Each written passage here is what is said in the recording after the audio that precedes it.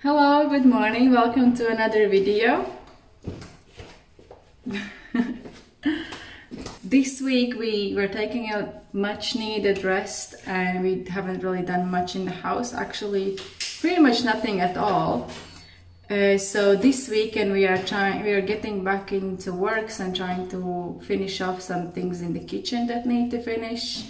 And we have a long list of little jobs that need to be done, so this weekend is going to be finishing off these little things so that we can move on to something else. So yesterday was Saturday and we started with cutting another countertop.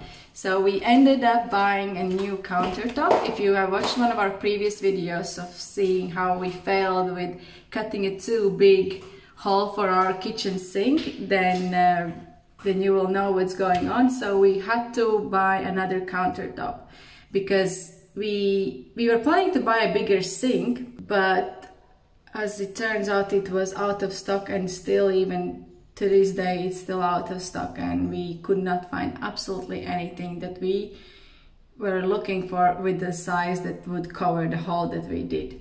So the only option was to get another countertop and just cut it again.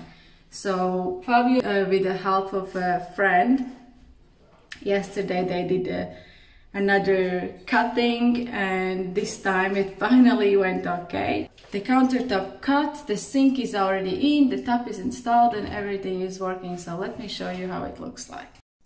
So here's our sink.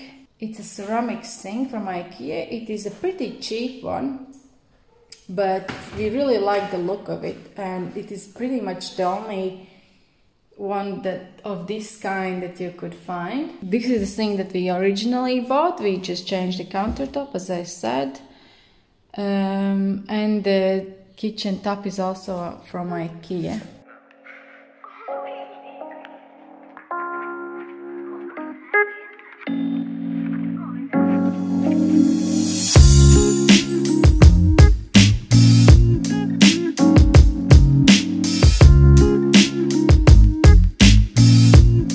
We are putting up this shelf that is going to have integrated kitchen extractor in, which is there, and that's what Fabio is doing now, putting some screws, and then we will put the shelf in.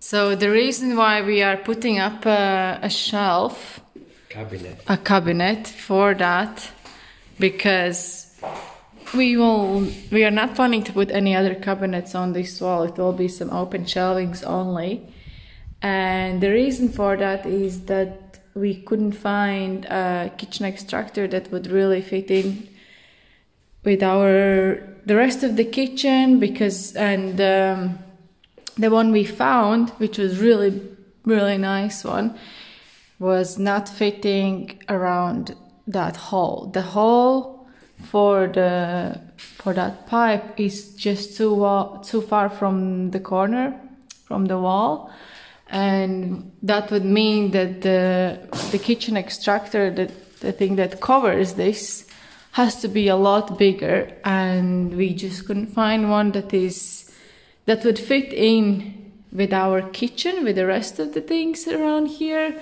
So we were thinking about this for a very long time, and we ended up deciding that we will put a cabinet in, put an extractor. The cabinet is just going to be white. It has no door handle or anything. It's just going to be plain white, and then the open shelves on both sides. My idea was initially to actually build around the integrated hob, the integrated kitchen extractor, which would be pretty much the same concept as having a cabinet. It's just that it wouldn't be a cabinet, it would just be like a built around structure, and the ideal option would be if we could have painted that structure the same color as our walls so it doesn't stand out too much.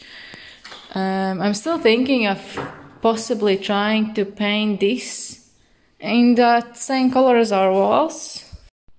Here it goes. It doesn't look bad, don't you think? Huh? No, it doesn't. Obviously we would put some filler pieces around to close up with the ceiling, and probably try to close up these gaps somehow as well.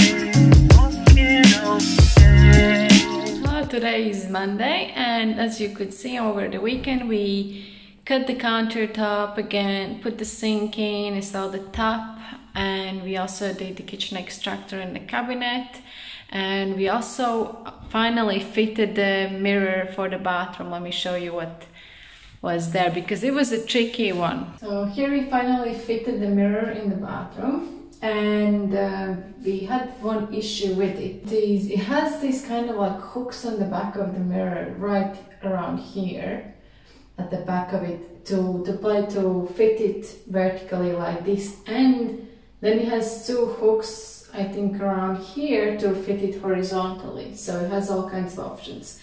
But our problem was that we have pipes in the wall running just about here, which would be in the place where this one of the hooks is supposed to be drilled.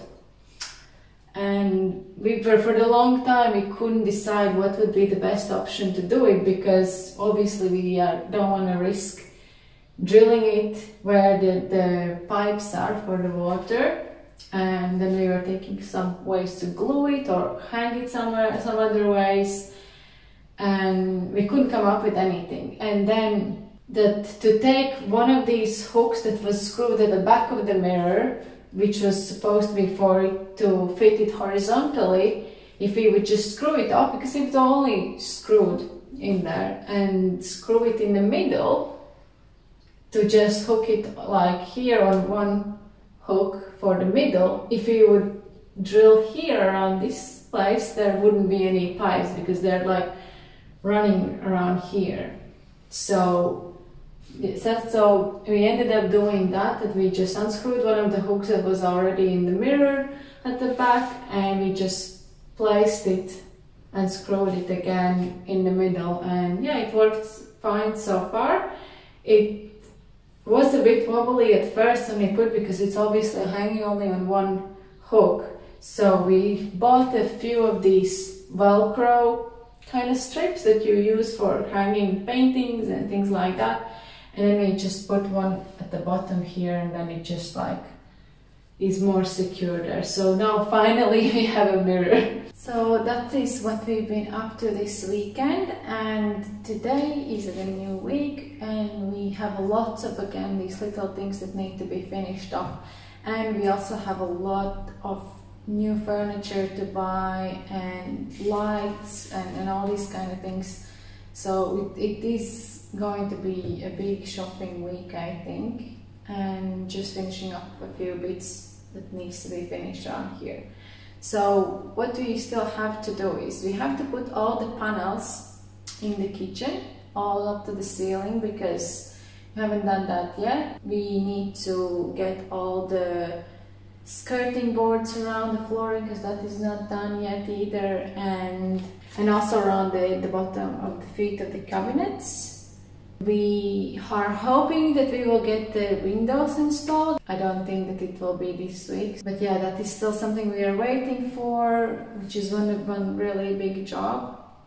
And what we still need to decide on is doors, which is proven to be the most difficult thing, I think, to find in this renovation. And what I'm going to do right now today is I'm going to clean everything up here, all this floor, all the mess that we've done during the weekend, and then I'm planning to mark with the tape where would our sofa be.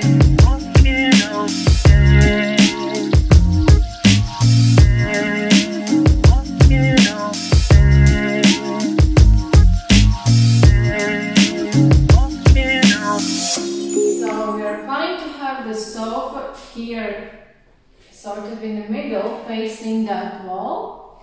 so that it's obviously so that we can put the TV. We are big TV watchers, so that's important. And also it kind of would separate these two areas because we have the kitchen and living room together. So the kitchen would end here and then the sofa would kind of separate those two areas. If we put it in the middle, it's ideally that we can walk past it from both sides. So that is really giving us a bit of a restriction of the size. That's the main struggle here. So I am going to try to put the tape on the floor to see if we can fit anything that's bigger than 2 meters and just to see how we can locate it. So I am sitting now in my imaginary sofa. I have kind of drawn up, measured on how it would be, and it actually looks okay. And for some reason the whole time I was thinking that we can only fit 200 meters sofa, 2 meters sofa, and now I measured it to 220, which is the most sofas that we can find, and it actually looks pretty okay. I think we can definitely fit 220 in it, so it's a big yes. Yeah, now it's time to look for sofas.